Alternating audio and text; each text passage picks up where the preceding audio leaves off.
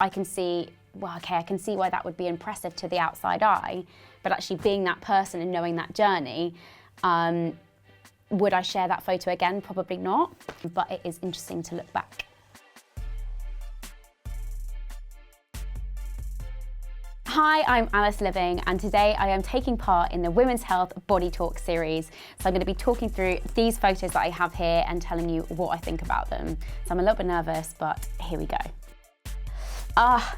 So interesting. So this was definitely a time during my use of social media where I perhaps sought a little bit more external validation for my body. So I obviously was very lean, very ripped, and perhaps not the happiest in myself, but was kind of thriving off that sense of other people telling me that I looked great.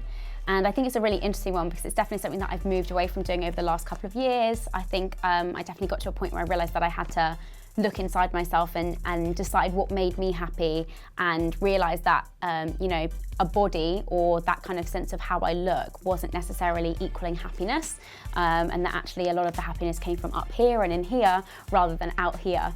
But yeah, interesting one. Oh my God, this makes me smile so much. So I'm like someone that is terrified of running and challenges and like pushing myself.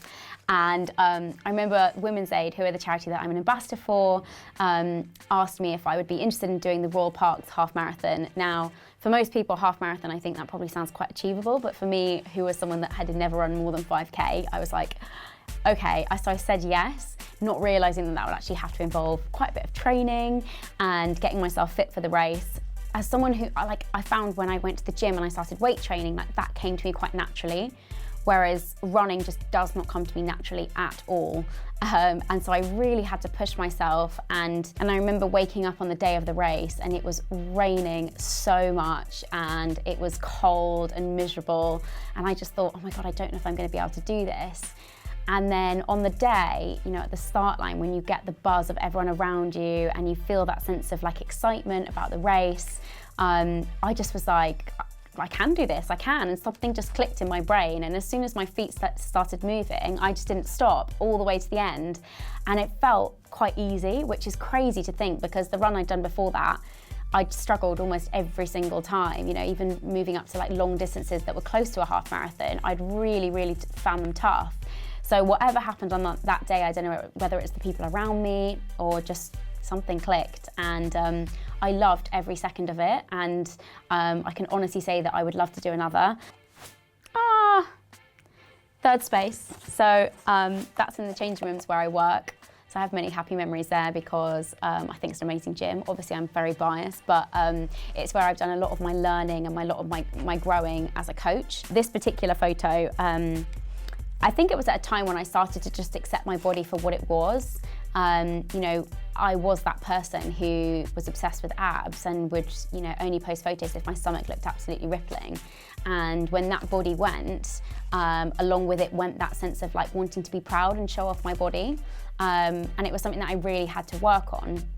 And I think this photo is like a really nice one where, you know, I just felt good and I was like, this is what I am. It might not be anything special to anyone else, but it's really good for me. And I'd had like a really good training session. I felt great.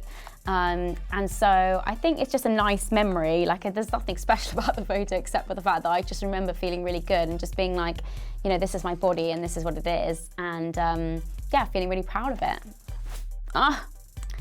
Interesting. I mean, transformation photos are like quite a difficult thing for me to see now because I feel like I was very much swept up in the trend of that being really popular, and that's like, if I had to say it, that I credit a lot of my success, I guess, in the early days to posting these transformation photos of showing my before and after. But I recognize now maybe, and you know, I've come to realize that those might not necessarily have been the most positive thing to do.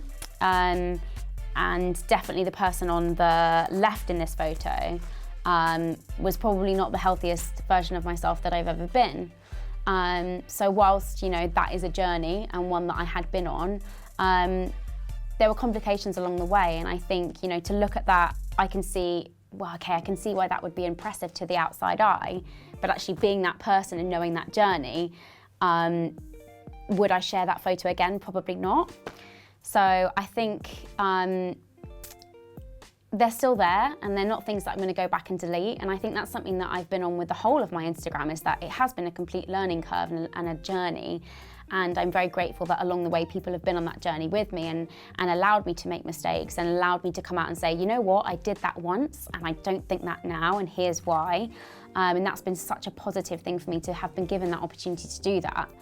But yeah, there were times when posting things like that, I guess gave me the validation that I was seeking from the world, which was to tell me that, oh my God, you're amazing, you're this, you're that. And you know, for a 21-year-old, that is exciting, and you thrive off it and you get that sense of accomplishment. And so, yeah, there was definitely a time when those were my currency, I guess, for likes and for followers. Would I do that now? Probably not, but it is interesting to look back. My skin. So I do post quite regularly now, sort of like makeup-free posts. I'm someone that suffered with acne and acneic breakouts and perioral dermatitis, which is really difficult to say, which is like redness around sort of like various different areas and like inflammation on your skin. And it's always something that I have been so self-conscious about, because I don't know, I just had this idea that everyone else had perfect skin and no one suffered from these kind of things. And that's because there's, you know, Photoshop, and we won't talk about that. But anyway, I wanted to show that, you know, skin isn't always perfect, and it has texture and it has breakouts and it has things that are totally normal for most people. And so I started posting a couple of these where I just said, you know, this is my skin today and I'm really happy in it, and it might not be perfect, but this is what it is. And so that was one of them. And I think the response to that was so heartwarming that I had so many messages from people sort of saying, I'm so happy you showed that. You know, I'm always really embarrassed about my skin. And I think as women, we always feel as though we sort of have to cover ourselves up and we have to give this image of perfection. And actually, like, I now feel at my most happiest when I don't have any makeup on, and I'm happy to walk down the street and go to the gym without any makeup on. And it has been like a process because, you know, I was someone that was in musical theatre, so I spent every day with like a full face of makeup. So kind of weaning myself off that and becoming happy in my own skin was tough, but I think things like this hopefully will help other people and encourage other people to see that it's like totally normal and acceptable to have that kind of stuff, and to not cover it up and not feel as though you have to cover it up. And so yeah, that's why I wanted to share that. I was on tour with Annie the musical, and that was in my dressing room, and it was the first time that I received the first copy of my first book. So lots of firsts. And I found tour like a really interesting experience, and 99% of my memories are really happy, but I also had a lot of homesickness and just a lot of exhaustion because I was doing 8 shows a week and, you know, dancing my ass off and at the same time having to write a book.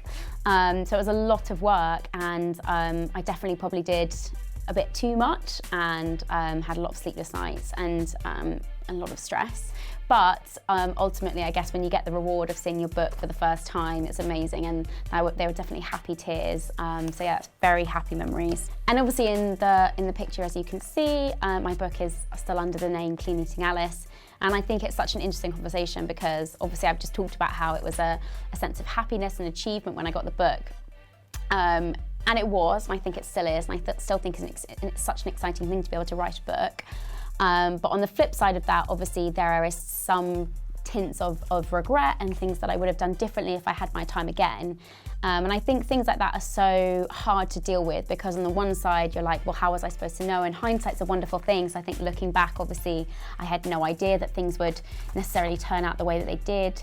But I think, you know, looking back, I can recognize that there were definitely things that I did that I wouldn't do now, basically. And I think calling myself Clean Eating Alice, it was such a spur of the moment thing. I didn't really think of any of the negative connotations that would come along with that.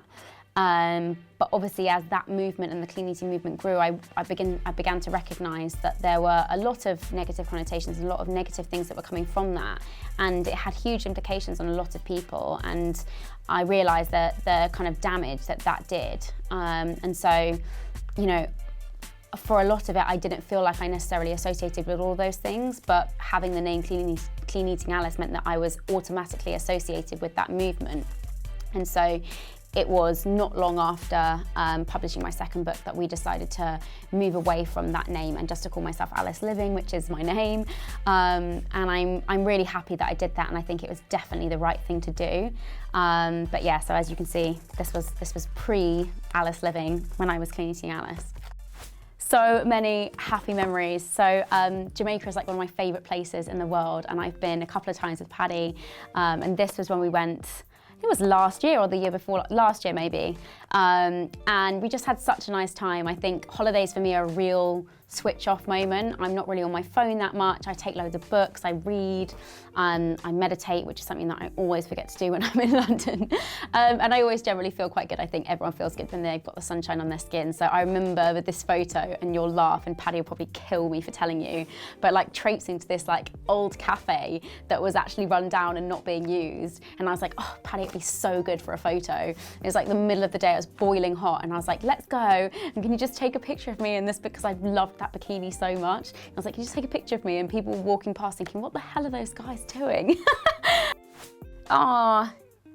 So this is as part of the In Shape My Shape women's health campaign, which I love, and obviously was one of the kind of people that posted for it when it went, when was this? I think this was sort of like 2 years ago.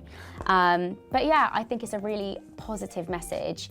And I think Women's Health as a magazine, definitely since I've started working with them, have really been on such an incredible shift in terms of their focus. And as a personal trainer, it really warms my heart and makes me happy that they have such a positive focus on exercise and encouraging, you know, all people of all different experiences, of all different abilities, of all different ages, to just get moving in any way that they enjoy. And as someone that tries to promote that message, I guess as a coach, it's really nice to see a magazine that has a similar ethos. So I think this campaign and all that they do at Women's Health in terms of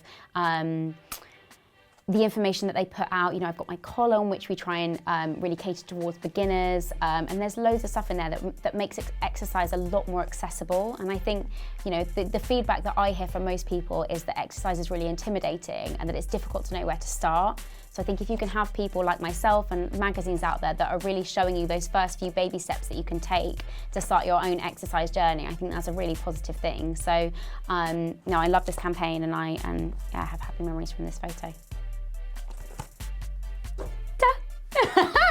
Thank you so much for watching. I'm Alice Living, and that was my Women's Health Body Talk.